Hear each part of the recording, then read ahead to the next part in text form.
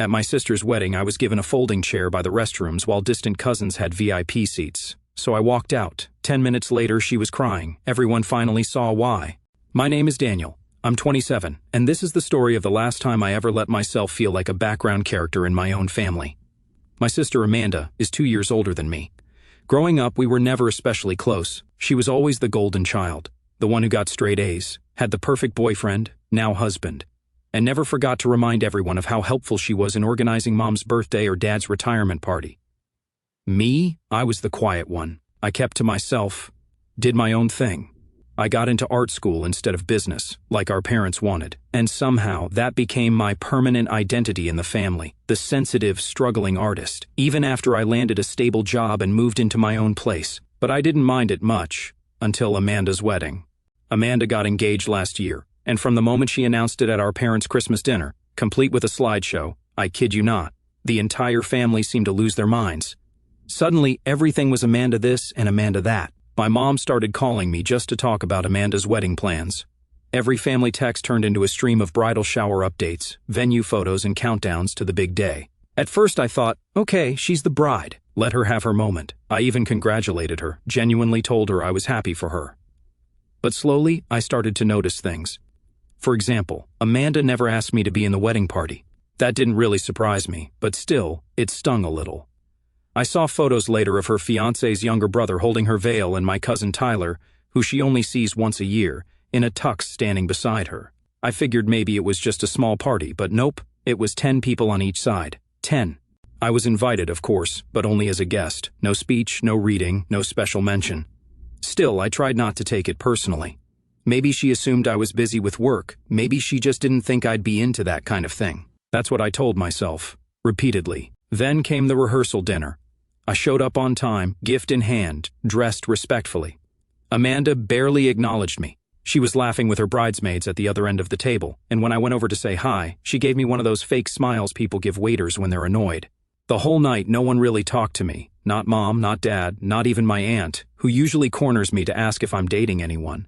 When I left, I had this weird feeling in my chest, like I just watched a movie where everyone knew their lines but me. I didn't say anything. I just nodded goodbye and drove home in silence. Still, I showed up the next day. The ceremony was at this beautiful lakeside venue, all white roses and twinkling lights. I wore my best suit, brought the gift Amanda had listed on her registry, an absurdly expensive Vitamix, and walked into the reception hall, looking for the seating chart. That's when I felt it, that moment you know, the one where your stomach kind of drops and your mind tries to catch up. My name was scribbled in the bottom corner of the chart, not even typed like the rest, handwritten. Amanda had perfect calligraphy place cards for everyone else. Mine looked like a last-minute addition, and I had to double-check that it actually said Daniel because it was barely legible. Table 19. When I asked one of the ushers where that was, she glanced at the chart, then at me, and led me through the main hall, out the side door and into a weird side alcove near the restrooms. And there it was, a folding chair. 1. No table, no other guests, no decoration. Just a single white plastic chair with my name card taped to the back. It was directly across from the kitchen entrance, where servers bustled in and out with trays of food. I stared at it, thinking there had to be a mistake. Then Amanda's maid of honor walked by, did a double take and said, "Oh yeah, you'd be fine back here." She gave a weak shrug, like she was embarrassed for me, then walked off before I could even respond. I stood there, stunned. I looked around. Every table in the main hall was packed. Even our third cousins from Ohio had prime seating. I could see Amanda laughing at the head table, clinking glasses with her new in-laws. She didn't even glance in my direction. I felt like I was 10 years old again, being told to sit this one out while Amanda showed off for guests in the living room. I clenched my jaw, turned back to the hallway, and quietly made my way to the cake table. It was near the front of the room, right by the dance floor. I placed the Vitamix gift bag right in the center of the table, deliberately, and walked out without saying a word. No drama, no announcement, just silence. The cool evening air hit me as I stepped outside, and for a moment I felt tears prick at the corners of my eyes. Not because I was sad, but because I was furious. Furious that I had let this happen again. That I had told myself over and over to be understanding, to give people grace, to not make things awkward. I was halfway across the parking lot when I heard someone yell my name. I turned, and there she was, Amanda, in her wedding dress, running across the gravel lot in heels, her hair slightly frizzy, her bouquet half forgotten in one hand. "Daniel," she called again, louder, her voice shaky. I didn't move. I just watched her, standing there like some twisted scene out of a rom-com, except the groom wasn't the one running. She stopped a few feet away, breathless. "Where are you going?" she asked, like it wasn't obvious. "I think you made that pretty clear," I said. Her face fell. "Wait, can we talk?" But I didn't respond. I just stared at her, waiting to see if she'd actually say something meaningful, something real. Just as she opened her mouth to speak again, I raised my hand, not angrily, just enough to stop her. "No," I said. "Not here, not like this." Amanda blinked, confused. "Daniel, it's my wedding day." I let out a short breath, the kind that's part laugh, part disbelief. Exactly. And somehow that meant I didn't even deserve a seat at a table. She looked around as if realizing for the first time we were standing in the middle of the gravel lot in front of the venue. Cars were parked in neat rows, music drifted from the open reception hall doors, and a few guests were staring through the windows. "It wasn't meant to be like that," she said quietly. We ran out of space." I shook my head. "Amanda, there were 20 tables in there, 10 people at each. I counted. And yet you somehow found space for everyone else, including people you haven't seen in 5 years. But your own brother got a folding chair by the restrooms." She fumbled with her bouquet, not looking at me. "It's not what you think." I raised an eyebrow. "Okay, then tell me what it is." There was a long pause. She didn't answer. That silence told me everything I needed to know. She didn't have a reason. Or maybe she did, but she didn't think I deserved to hear it. And that's when something in me snapped, not in a loud, explosive way, but in a quiet, irreversible one, like a door clicking shut behind you. "You know," I said, voice calm but sharp, "I've been second to you my whole life. Second to your grades, your boyfriends, your big announcements. Every Christmas, every birthday, every family dinner, it's always been Amanda's story, and Daniel's just here. And I never complained, not once. I showed up, I gave support, I laughed at your jokes, I let you shine because I thought that's just what family did." Amanda finally met my eyes. Hers were glassy. "Daniel, I didn't mean," but I cut her off. "This was deliberate. You didn't forget me. You minimized me. You put me in the one place where no one would see me, no one would talk to me. You made me invisible. And the worst part is, I actually dressed up and brought you a gift, thinking maybe this time would be different." Her lips quivered. "I was just stressed. The planner said we had too many guests, and I thought you'd understand. You always understand. That line, you always understand." I almost laughed again, but there was no humor left. "Yeah, that's what you've always counted on, isn't it?" She stepped closer, lowering her voice. "Please don't do this right now. Everyone's inside." I gestured back toward the venue. "Then go back inside. Get back to your perfect wedding. Cut the cake, toss the bouquet, pretend everything is picture perfect. Sin, I didn't mean to hurt you." No, I said, and that's what made it worse." Her shoulders sank. "Oh, what do you want me to do, Daniel? You want me to apologize in front of everyone? You want me to move someone and give you a better seat? Fine, I'll do it." "Oh no," I interrupted. "What I want is for you to actually value me when there's nothing in it for you. Not out of guilt, not because someone's watching, just because I'm your brother, and clearly that's asking too much." She opened her mouth again, but I didn't wait. I turned and walked away. I didn't look back. Not even when I heard her start to cry. Not even when she said my name again. I got in my car, closed the door, and just sat there, hands on the wheel, heart pounding. I didn't start the engine. I just stared out at the venue through the windshield, thinking about everything. The years of small slights, quiet dismissals, jokes at my expense, the way our parents always brushed it off. That's just how Amanda is. The way I always told myself to suck it up, to let it go. But that night, I didn't let it go. I let it sink in. And as I sat there in the driver's seat, watching the reception hall lights flicker behind the trees, I realized something that hit me harder than any of her words. If I hadn't walked out, she would have let me sit in that corner all night, alone, unseen, disposable. That realization didn't make me angry. It made me cold, numb. A knock on my window jolted me. I turned, expecting Amanda, but it was my mom. I rolled the window down halfway. "Daniel," she said softly, like she was talking to a stray dog that had wandered too close. "What are you doing out here?" "What does it look like?" I replied, not unkindly but not warmly either. She sighed, clearly annoyed that I was making a scene. "Your sister's crying inside. You can't just walk out like that." "I didn't make her cry," I said. "She did that all on her own. You're overreacting." That word, overreacting, I'd heard it 100 times growing up, whenever Amanda took something from me, whenever I got upset, whenever I dared to call out the double standards. I stared at her. "Did you know where she put me?" My mom blinked. "Well, the seating was a little tight. We told Amanda not to invite so many people." "You let your only son sit on a folding chair by the bathroom, Mom. It's not a big deal." There it was again. I took a deep breath. You all think I'm fine with scraps. You think I'll smile through anything, that I'll always be there, clapping quietly from the sidelines while Amanda gets the spotlight. She crossed her arms. You're ruining her day. No, I said. She did that the moment she decided I didn't matter enough to sit with the rest of the family. Mom opened her mouth, probably to say something about how I was being dramatic, how I needed to think about Amanda's feelings, but I rolled up the window before she could speak. Then, and only then, I started the engine. As the car pulled away from the venue, I saw Amanda through the rearview mirror, still in her dress, standing just past the entrance, still crying. But for the first time in years, I didn't feel guilty. I felt free. I didn't go home right away. I drove for hours that night, no destination in mind, just me, the hum of the engine, and this strange mix of emotions swirling inside me, relief, anger, grief, and something else I hadn't felt in a long time, clarity. I'd spent so many years telling myself to keep the peace, to be the understanding one, the reasonable one, the one who doesn't stir up conflict. But that night, sitting in my car miles away from the venue, I realized peace isn't real if it only exists at your expense. When I finally got home around 2 a.m., my phone had 27 missed calls, 12 from Amanda, 7 from Mom, 3 from my dad, which was surprising. He usually let Mom handle the emotional stuff. And the rest, a couple from my cousin Riley, and even one from Aunt Linda. I didn't check the voicemails. I didn't reply to the texts. I turned my phone off and tossed it on the counter like a piece of trash.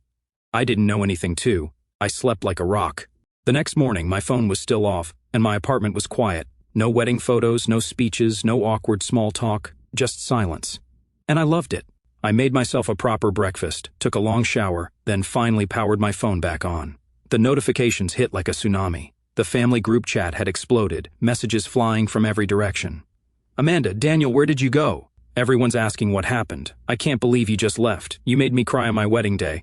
Mom, you owe your sister an apology. People noticed. You embarrassed the family. You better fix this before the brunch today. Dad's lone message, call your mother. But Riley's message, that one made me pause. I saw what happened. That was messed up. You didn't deserve that. It was the first time anyone in the family had ever said something like that to me. It hit harder than I expected. Still, I didn't respond. I didn't go to the post-wedding brunch either. That morning, I got a follow-up email from the wedding website. One of those automatic thank you for attending messages Amanda had pre-written, clearly, with a smiling picture of her and her husband posing under fairy lights. I hovered over the reply button, then moved to my email settings and marked it as spam. I spent the day doing things I loved, painting, walking around the city, grabbing coffee. It was peaceful. For once, I didn't have to brace myself for a snide remark or a guilt trip. But I knew it wouldn't last, not with my family. That evening, the real fallout began. Amanda called. I picked up. Her voice was soft, almost rehearsed. Daniel, I think we need to talk. Now you want to talk? I didn't mean for it to go the way it did. I was overwhelmed. Things got out of control. You had a year to plan this, Amanda. Don't insult me with overwhelmed. Silence on her end. Then you're still upset. I'm not upset, I said. I'm done. She was quiet again. You don't mean that. Oh, I do. Because here's the thing, Amanda. I didn't leave just because of the chair. I left because the chair was the final straw. Every family event, every celebration, every chance I had to feel like a part of this family, you've taken that and made me feel like an extra in your movie. And last night you made it very clear I'm not even an extra. I'm not in the credits at all. She tried the classic manipulation tactic. So what, you're just going to cut off your family over a chair? No, I said calmly, over years of disrespect, over being treated like I'm disposable, over the fact that no one, not you, not Mom, not even Dad, stopped to say, hey, maybe Daniel shouldn't be sitting by the bathrooms. That's what this is about. I cried, she said, a little more forcefully now. You walked out of my wedding. Everyone saw. You made your choices, I said, and so did I. She started to say something else, but I hung up. That week, I didn't respond to the group chat. I ignored every attempt at family intervention. Mom texted again, this time a long paragraph about how I was tearing the family apart, how Amanda felt awful, and that I should be the bigger person. I replied with exactly one sentence, tell Amanda to return the Vitamix. 2 days later, I got a call from Dad. Now, my dad's the kind of man who only speaks when something's broken or someone's passed away, so when he called, I knew it wasn't going to be a friendly check-in. I don't know what's going on between you and your sister, he said bluntly, but this needs to end. No, it doesn't, I replied. It needs to finally be seen for what it is. What's that? Favoritism, gaslighting, years of pretending I'm fine being ignored. He huffed. You've always been sensitive. I laughed. No, I've always been silent. Not the same thing. He didn't get it. I didn't expect him to. And then the real kicker came 3 days later. My mom posted wedding photos on Facebook. The whole family was tagged. Everyone smiling, raising glasses, dancing. But I wasn't in a single photo, not even in the background. I scrolled through them slowly, carefully. There were over 120 pictures, and not one included me. It was like I had never been there, like I'd been edited out. That's when I knew this wasn't just a mistake. This was who they were, who they had always been. So I did the one thing they never saw coming. I posted my own photo. It was from the morning after the wedding, me standing in front of a mural I'd painted years ago, sunlight on my face, holding a coffee. Caption: sometimes walking away isn't dramatic. Sometimes it's necessary. It got more likes than Amanda's entire wedding album.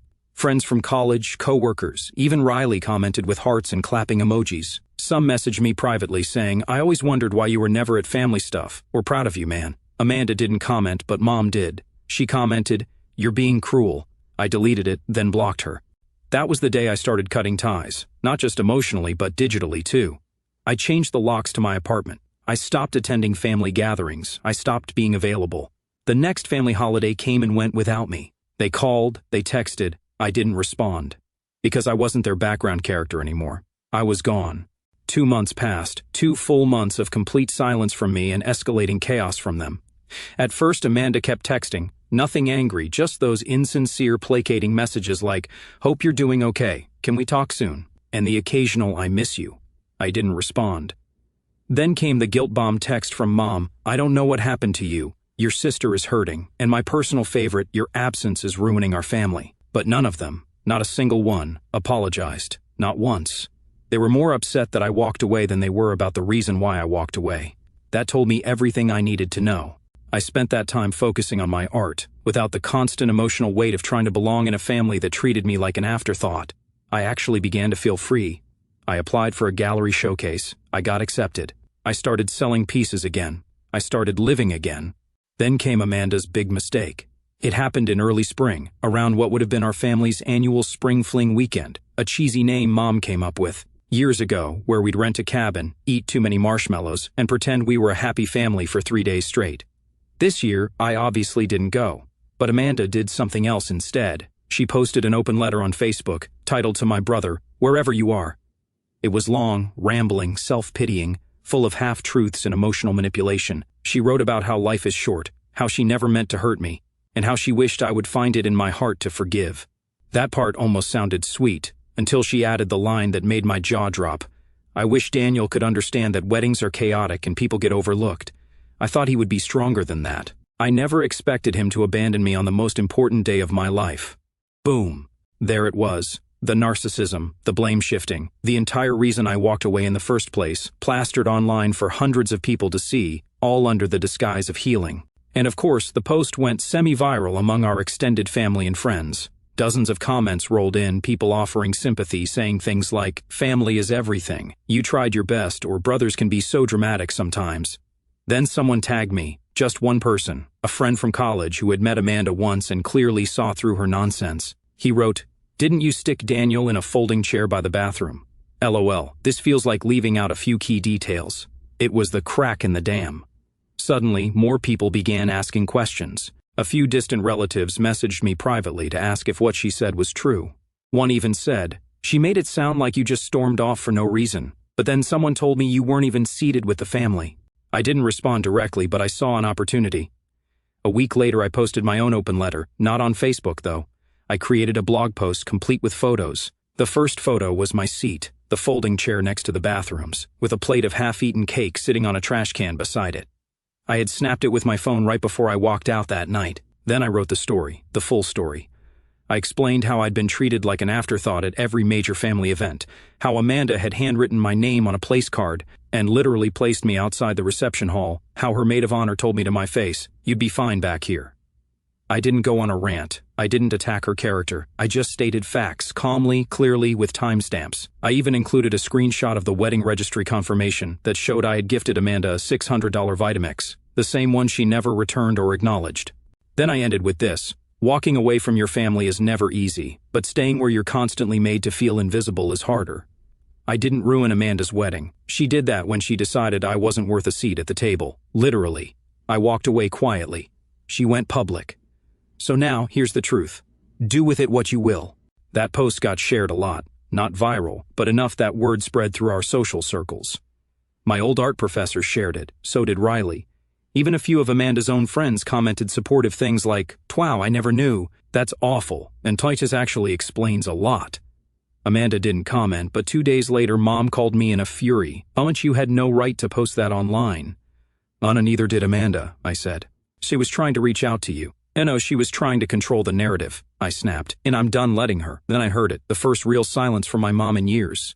Not the passive-aggressive kind, the stunned kind, the kind where she realized, maybe for the first time, that I wasn't going to roll over anymore. I didn't hang up, I waited. Finally, she said, "You embarrassed the family." I laughed. "No, Mom, I told the truth. That's not the same thing." And I hung up. That was the last time I spoke to her for a long while. 3 weeks later, I got a package in the mail. No note, no return address. Inside, the Vitamix still sealed. That would have been satisfying enough, but karma wasn't done yet. Turns out, Amanda's little stunt had consequences. One of her bridesmaids, Tessa, the maid of honor who made the comment about my seat, was a graphic designer who also freelanced for a wedding planning blog.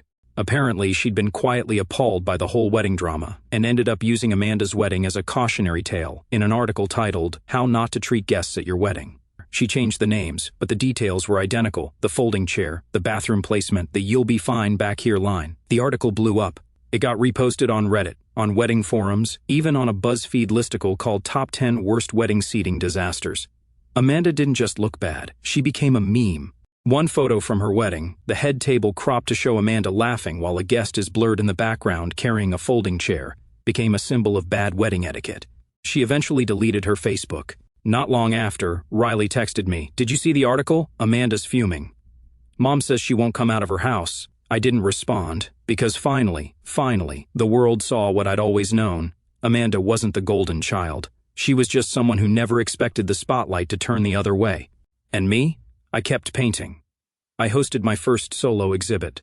The piece that got the most attention was a minimalist portrait called Empty Chair, just a stark white folding chair set against a dark, echoing background. I never explained it to anyone. I didn't have to, because people saw it and they understood. The final text I got from Amanda months later was this: "I didn't know you felt that way. I'm sorry. I wish you told me sooner." I didn't reply. Some apologies only come when the damage is irreversible, and some stories are better left as finished paintings, quiet, still, incomplete.